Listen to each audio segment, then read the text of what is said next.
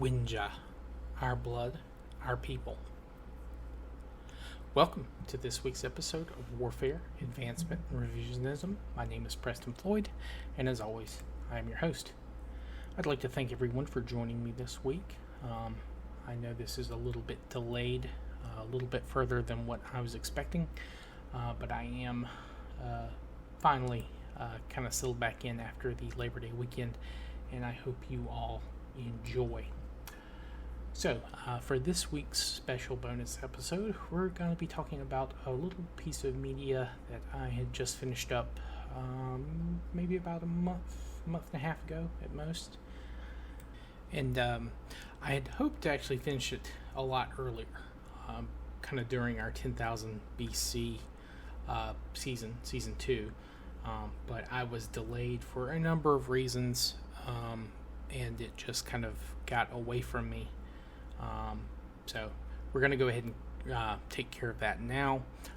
There's not going to be any theme music this week. I was having a technical issue with the file. I think I've got it fixed, and if not, I do have a backup save that I can get it ready for next week's episode, which will be out at its regular time, and will be back to our canon, as it were, our actual real events. But the game we're going to be covering, and it is a game, a piece of media that we're going to be covering, is Far Cry Primal. Now, Far Cry Primal is set during 10,000 BCE, and it is an action-adventure game, and it was initially released on February the 23rd in 2016, originally for the Xbox One and PS4 consoles. It was released on PC around a week later in March, I believe. Now, this game was, in March 1st, sorry. This was developed by Ubisoft Montreal, and it was published by Ubisoft directly. Ubisoft has a number of kind of regional sub-departments and developers, so it can make it kind of hard to keep some of their teams, tracked to figure out who was who. And Ubisoft Montreal was the primary team, but they also had some of their other teams, including Ubisoft Toronto, Singapore, and Kiev. Now, in this game, again set during 10,000 BC, you play as a hunter/warrior known as Takkar. He belongs to a tribe known as the Wenja, and that's Wenja.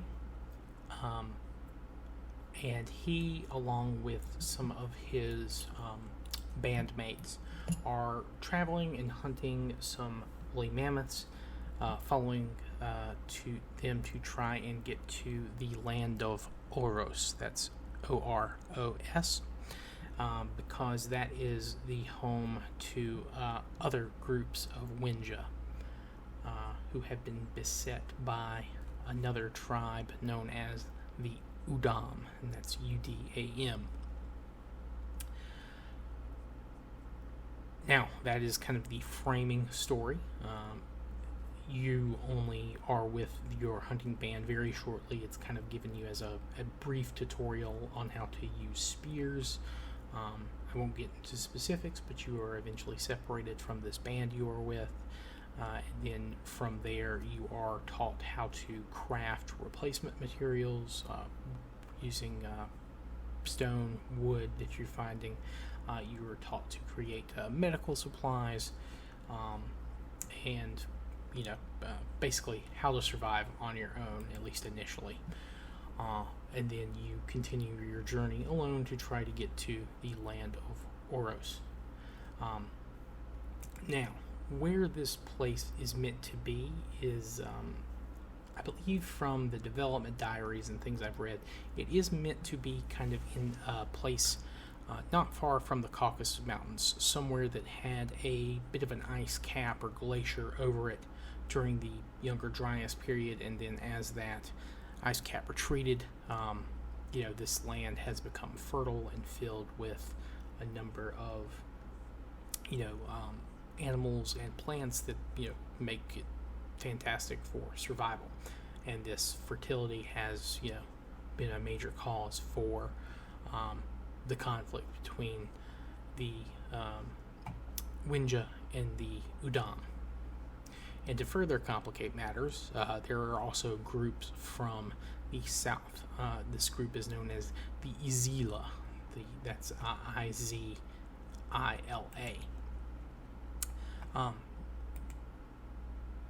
And you, of course, being the Wenja, will have to kind of deal with those threats in one way or the other.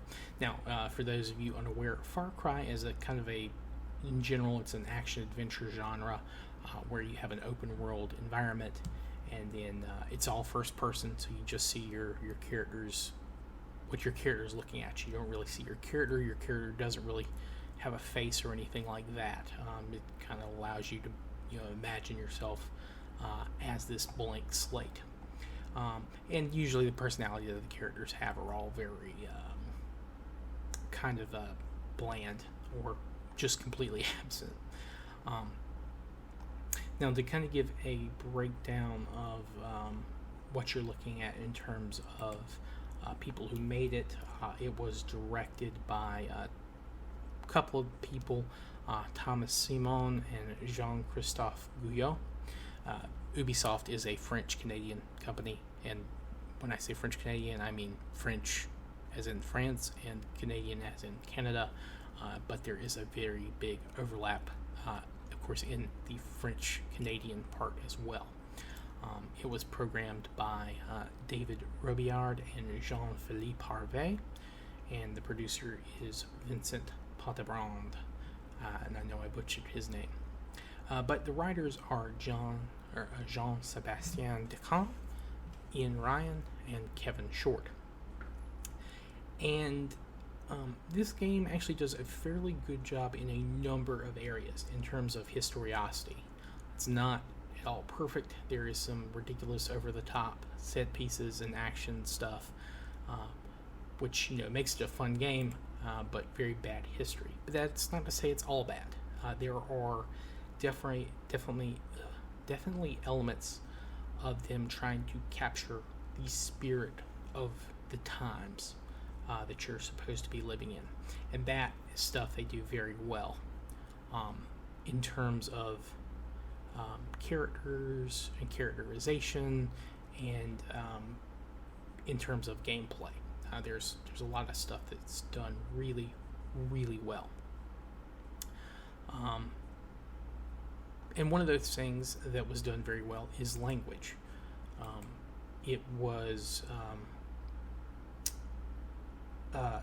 basically they decided, okay, so this is kind of sort of supposed to be in the Caucasus, which is one of the regions where the Proto-Indo-European language is thought to have arisen. However, the oldest that language is thought to have been is around 4000 BCE is when it's kind of suggested to have lived. So they wanted to kind of go back and make a Proto-Indo-European. And to do this, they worked with Andrew and I believe Brenna Bird. This is I believe a husband-wife team, but Andrew is a professor at the University of Kentucky, is where he's at currently. I'm not sure if he was there when the game was in development. But they developed, a reasonably robust language. I think it has around 1,200 vocabulary words, give or take. Might be a little bit more, might be a little bit less than that. So, kind of, take of that what you will. And in fact, Wenja, the name for the tribe of these people, means family in Proto-Indo-European. So that is an actual word they kept. They kind of made it seem like, well, they didn't make it seem like it. They basically said it, that that this is a word that has endured all that time, even to the 7,000 years after the game takes place, and it's still the basis for family in the Proto-Indo-European language, or Pi, as it's sometimes referred to as.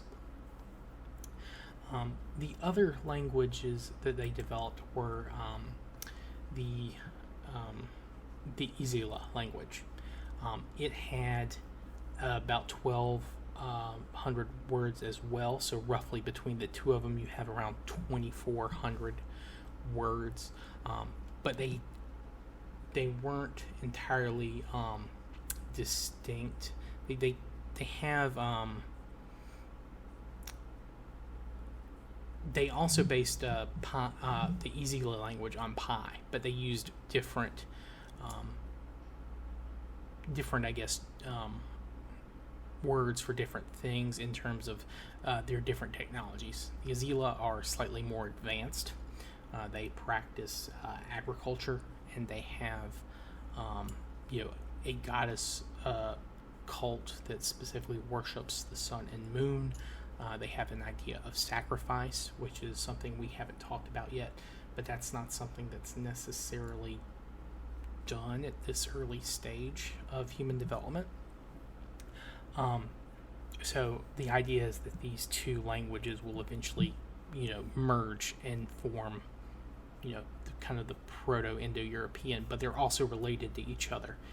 So it means that these people are coming from the same place, and that's how they're kind of able to communicate.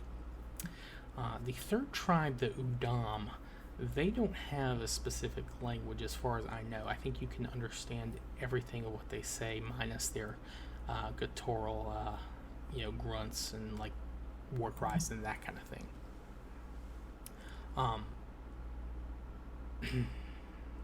Excuse me, I'm trying to find my notes here. Okay, and so that leads us into kind of who these peoples are.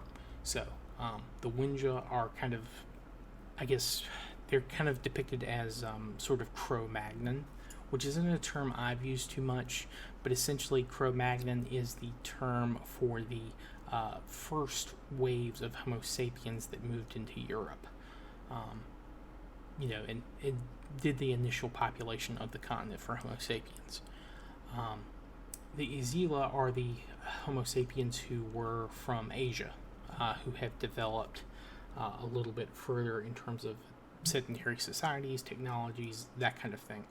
And then the Udam are pretty heavily hinted to be Neanderthals, which, immediately kind of poses a problem because Neanderthals had, died out around 30,000 years ago. So this is a very small group that has somehow survived in this kind of isolated area. At least that's kind of the idea I got. So it's either that or the Wenja are like the first people to leave Asia with this kind of little bit more advanced technology, and the Udam are the Cro-Magnons who, more heavily interbred with Neanderthals. But I think from the way the Udam work, it's pretty clear that they're supposed to be kind of the last generation of Neanderthals.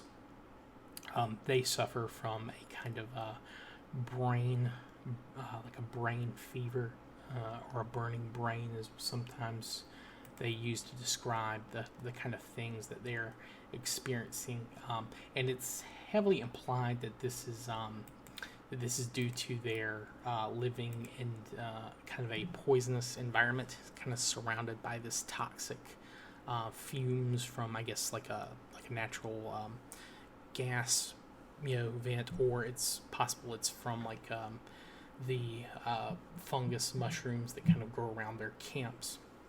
But it's also probably heavily related to their practice of cannibalism. One of the big environmental storytelling things you run into is the fact that these people are, eating, in addition to, wild animals that they're killing, they're eating other humans, both the Izila and the Wenja.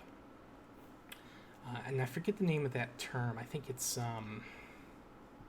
it's like encephalopathy, which is, when the disease you'll get for, consuming too much human flesh, especially when you're eating the brain. It's Kuru, I think, is another version of of the disease, and that includes headaches. You'll have like insane laughter, and you're eventually, as you get older, your hands and all that will shake. You're prone a lot more to trembling. They remind me very much of the window from. I'm trying to remember the name of the book. Eaters of the Dead, which was a Michael Crichton book, but it was eventually turned into the movie The 13th Warrior, which is actually a really good movie, and I want to do an episode on that eventually, with Antonio Banderas in it. Pretty good film, and decent book as well. In fact, I might like the book a little bit better, but The Window were like a leftover of kind of Cro-Magnons that are living in the in Scandinavia, and they're kind of harassing the Norse that live in the area, and they're cannibals, and they dress up like bears, and they have completely different religions and customs and all that kind of stuff. It's pretty good. And the Izila, they are worshippers of a sun goddess, or a sun. Yeah, I believe it's a goddess. It might be. Yeah, it's a sun goddess and a moon god. So they kind of have that dichotomy, which something you run into in actual history. They are led by a woman known as Izila. She is special to them because she was born during a solar eclipse.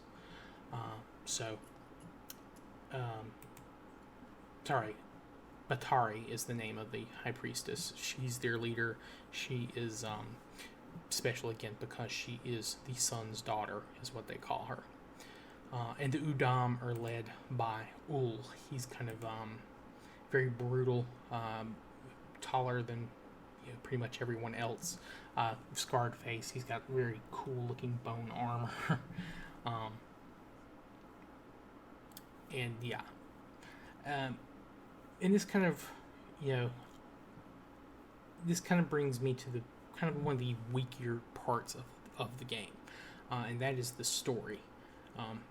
Now, I talked about how the dialogue is limited to those 1,200 words, which for creating a language from scratch and just kind of working your way back from Pi, that's pretty damn impressive. I don't think the technical aspect of it, is very, that can't be undersold. That's really impressive, and it's a lot of work to put in a game, just a video game, or all credit to the people who worked on this. It's fantastic. But 2,400 words isn't the best way to kind of run or to kind of tell a story, at least in the modern world. But that being said, the game does do a very good job of environmental storytelling, showing you, not telling you. That is, I think, one of the game's stronger stronger points. Excuse me. And this encourages you to go out and explore the world and really get a feeling of what you're looking at and what you're having to deal with. So, which is that's a great thing for an open world game to do. Encourages you to explore the world. But I do think sometimes the tone of the story is not necessarily matching the kind of tone of the gameplay or what you yourself are experiencing, like what you're actually doing in the world doesn't kind of necessarily match up with the story overall being told.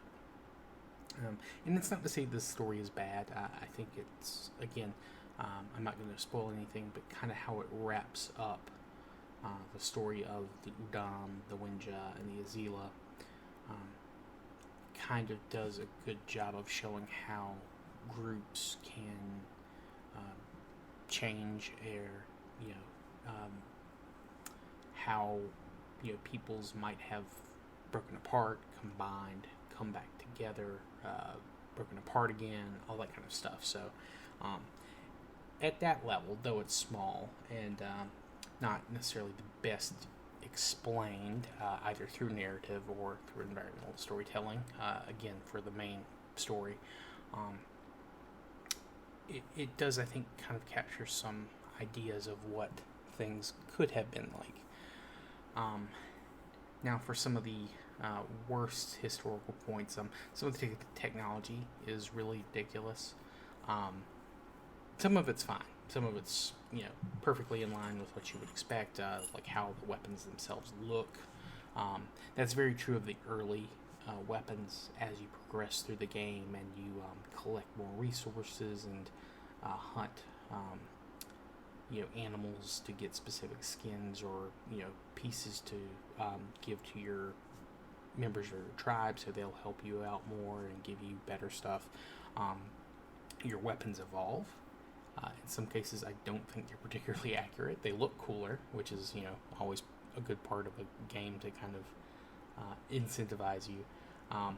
But then there's some stuff that's just like out of the just ridiculous. It's fun. Don't get me wrong. Like you get access to bee bombs. Essentially, you place bees in a clay pot and you throw it and it explodes, and it it's very good for killing heavily armored enemies. You come up with essentially poisonous gas bombs from those fumes from those funguses I was talking about that are affecting the Udam. That is something you create as well, also through clay pots, which again we've talked about in warfare, biological warfare in the past. We know from very early on humans were experimenting with ricin-esque things in the south of Africa. The San and the Khoi, are specifically the San, are very good at creating powerful poisons for their bows to hunt down larger animals. And so it's not outside the realm of possibility that we knew something about creating toxins or hallucinogens or anything like that. However, using them as a type of gas grenade, I think, is a little outside of the realm of the feasible. Also, pottery does not exist in this part of the world yet. Even the peoples who are coming from Mesopotamia and the Levant and Anatolia are still in the pre-pottery Neolithic stage at best, if they're not at the very end of the Middle Stone Age, which is also very likely. So, take all that with a grain of salt. Also, I think several of the animals that are depicted, I'm sure some of them are actually already extinct, but again, you run into that thing with, the Neanderthals survived. Maybe the humans survived here as well. Mammoths are a big part of it. From the few lines you get from dialogue, it does appear that the mammoth population is dropping rapidly, mainly due to overhunting. Specifically, the Udam are mentioned as big overhunters because they use their bones for these big fortifications and bone trees, which did happen, but again, not by Neanderthals. This is something humans did, so this again kind of throws questions on who is doing what and who these people actually are supposed to be. And again, also the Izila, they also bring agriculture, which it's full-scale agriculture. It doesn't seem to be like this random horticulture. They are actively gaining seeds and taking it to places to be planted. They're not leaving the wild strains behind, which again I think is maybe 1,000 years too early for this to happen, but it's kind of hard to say. Also, the Izila kind of have a very Aztec-y feel, like they're sun worshippers, and their armor is very reminiscent of Aztec stuff, and they paint themselves in this kind of blue or blue-green paint, which is not something I think you see really in the old world. Most old world paintings from this period of people, or at least it is usually red ochre. But that actually is something else that the game does well. There's cave paintings. They're almost all done with red ochre, black, charcoal material, and white, which are the primary colors that you'll find all over the world. There's not, as far as I'm aware, any other place in the world that uses any other color at this point in time, with the exception of, I think, some caves in Spain. They kind of had like this purplish ochre, but that was only used in Spain very rarely. In fact, I think it may have been even after this point in time. So very, very well done, even if some of the details are very over dramatized. Like they're depicting humans a lot more than what you would expect. Usually these kind of things are animals, but it's still very well done, actually very accurate for the most part. Now for the negatives. I've already mentioned how the story's a little bland or dry. It is very poorly optimized for some newer systems. I was playing the PlayStation 4 version on my PlayStation 5. I had a huge problem with crashes. It didn't happen so much in the early part of the game, but after a couple of hours and I unlocked more of the map, and got, crazier abilities where you're having to switch between weapons and your animals and all that kind of stuff, you are running into a lot more issues with the game freezing up or just out and out crashing.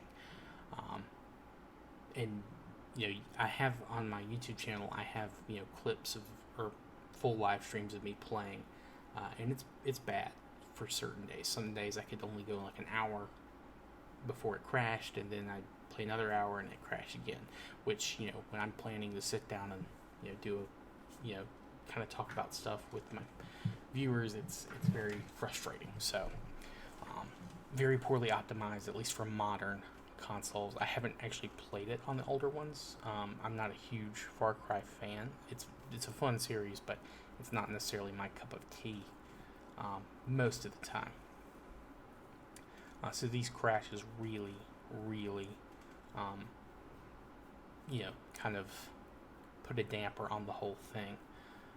I don't know if that happens on newer PCs or the Xbox Series X. I can't say that, but if anyone knows, let me know. I would be interested to learn. Also, the game is very slow at the start. The tutorials they give you are the most basic things possible, which that's not necessarily a problem. I generally enjoy that in games. However, they then proceed to expand upon what the game just tells you in the most bare bones way possible by giving you just these walls of text that you have to refer back to.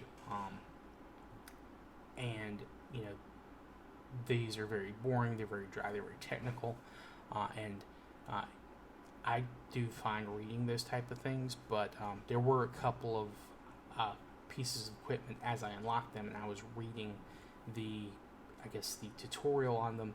It didn't do a good job of telling you what these items could do necessarily.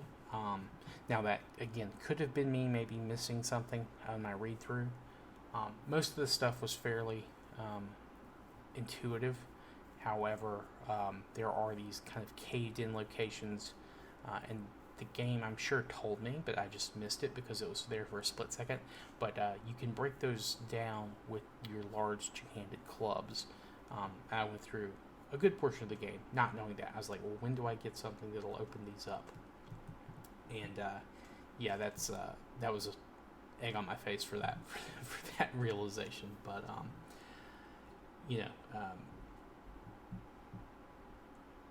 the game does do or it could do that sort of thing a little bit better.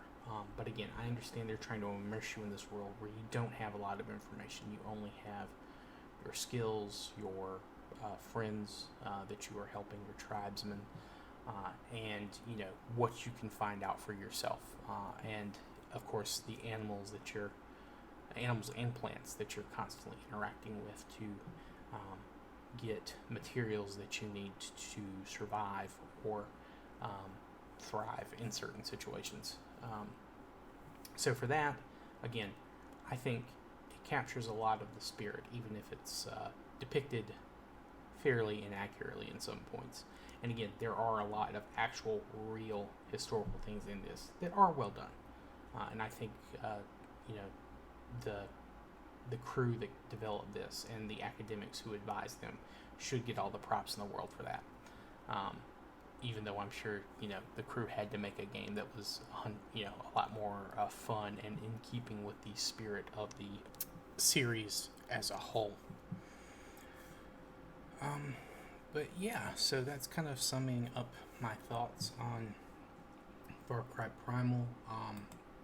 It's a very easy game to, quote unquote, complete, to get all the trophies or achievements. There are a number of collectibles kind of spread out where all over the map there are different locations where you'll find certain things. You'll find cave paintings, of course. In caves, you have to go diving for them. You'll find bracelets identifying your people as Wenja, spread through various parts of the Udam land where the Udam had, taken them and sacrificed, or eaten them or killed them in battle, that kind of thing. And there are other locations to explore and collect collectibles as well. And the game doesn't require you to find all those to get credit for getting a majority of them. So that's something that I think a lot more open world games could use, especially because collecting everything does not necessarily give you, a great reward. The reward, I believe, is the exploration of the world, or at least that's the way they intended it. And this is a very alien world. You wouldn't expect to see this, in the modern place where this is kind of set. You've got these massive redwood trees, conifers that are just beginning to return to the area. So this is something that, Europe, or where this is supposed to have taken place, this is not the modern environment. Of course, you would expect to see there at all, and that is nice. Yeah, so Far Cry Primal, a decent game. I'd give it about a 7, maybe a little bit less if those crashes are regular on other systems. I got it for the very free price of free, so yeah, I wasn't too torn up about it. It's right now, I believe you can get it for free if you have PlayStation Plus.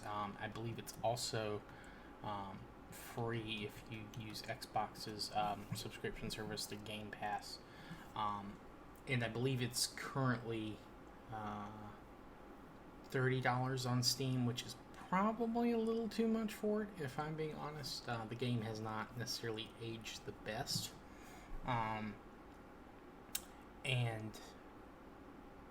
There's a lot of assets, I think, that were reused. I don't think it's necessarily something that was 100% built from the ground up original. Not that that's a problem, but there are some things I think that Ubisoft tends to overuse in some of their games. The music is incredible, but the sound design, for some of your abilities or weapons, or how they interact with the environment, and even some of the animals, they reuse a lot of sounds for that kind of thing in their other games. I know the deers in Primal show up in Assassin's Creed Origins, which I'm playing right now. That's the game I'm currently streaming, which is set in Egypt. The deer and the antelope make the exact same noise. It's haunting, and in terms of what you're having to deal with in certain situations. But it's a solid game. I think it's very well reviewed on Steam. I think it's got like a 9 out of 10 there. But for me personally, which again, I'm not the biggest fan of open world action adventure games, but again, part of that is probably because it's showing its age a little, and because of all the technical problems I had playing it. But again, if you have PlayStation Plus, or if you have the Game Pass version, and you enjoy these type of games, like shooters, or kind of these very heavy, high octane action games, I think you would probably enjoy it more than me. If you're in it for the history, unless you know like a lot of really obscure details, it's not a very history-focused game, despite it taking place in the past, and all these actual really nice small historical details they're getting right. That's not enough to sell the game. As a history game, this is very subpar. But as an overall experience, again, it's above average. It's a solid B, I would say. So maybe a C plus, maybe a B minus. But so there you go. That's the review. Again, I'm sorry this was delayed as much as it was. I left a little bit later to return Monday than I was planning on, and I got caught up with a couple of things that I had to deal with when I got back to my apartment. So this was a little bit delayed in the recording. I hope you all enjoy, and I know this isn't kind of everyone's cup of tea, but for those of you who are listening, I hope that you do enjoy, and if you're looking for a gift for a family member, and you think they may like certain aspects of this, give it a shot, see what they think. Next week we'll have our regular episode out on Mondays as always, and we'll be diving into Europe and also near the Caucasus.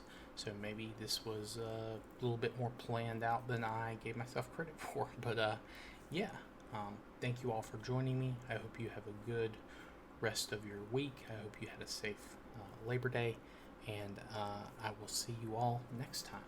Have a good day.